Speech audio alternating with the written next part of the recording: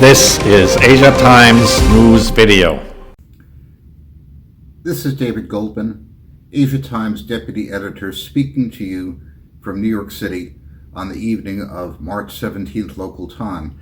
Stock investors are watching the Federal Reserve the way small children ponder the cat in the hat in Dr. Seuss's story. Remember that he stood on a ball holding a fish on a rake, balancing a cake and a cup and milk on his head, and the small children watching it knew he was going to fall eventually, but they didn't know when. And the same applies to the Federal Reserve, which is balancing not a fish on a rake and a cake, but $4.2 trillion worth of new Treasury securities that the United States has to issue over the course of this year to finance a government deficit equivalent to 20% of gross domestic product, something that the U.S. hasn't seen since the depths of the Second World War.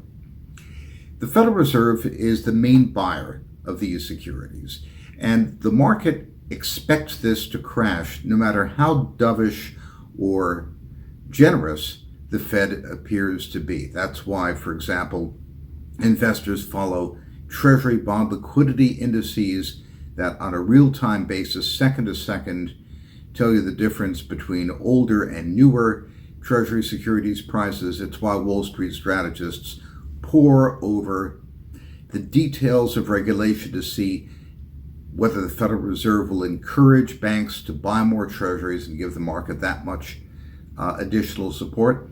But for today, Federal Reserve Jerome Powell, speaking for the Federal Open Market Committee, which released its minutes at 2 p.m. local time, reassured investors.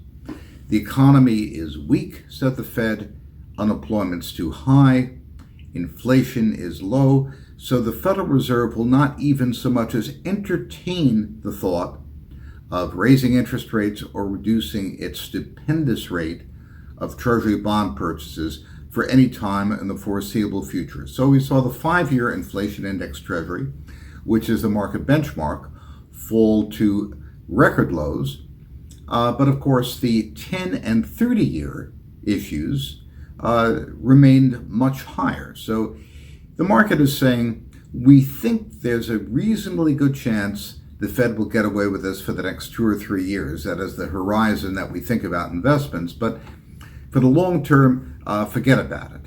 It's not going to happen. Now, that, of course, is good for tech stocks for a simple reason. If you buy a 5-year inflation index Treasury, you are paying the U.S. government after inflation 2% a year to hold your money for you. And if you buy a similar high-grade corporate bond, well, you're paying the corporate issuer perhaps 1 or 1.5% a year to hold your money for you. Compared to that, the miserable 3% earnings yield that you get on the NASDAQ 100, the highest valuation since just before the 2000 tech market crash, seems reasonably attractive. It's a distortion, and it may seem goofy, but that's not my fault. It's the Fed's. So for the time being, the Fed got through another day, the market got through another record high, and the biggest bubble in financial history continues. And what the market is saying is that short run, the Fed is likely to get away with it. Long term, be afraid, be very afraid.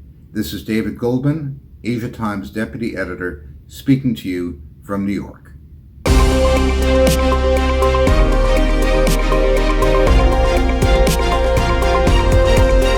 This is Asia Times News Video.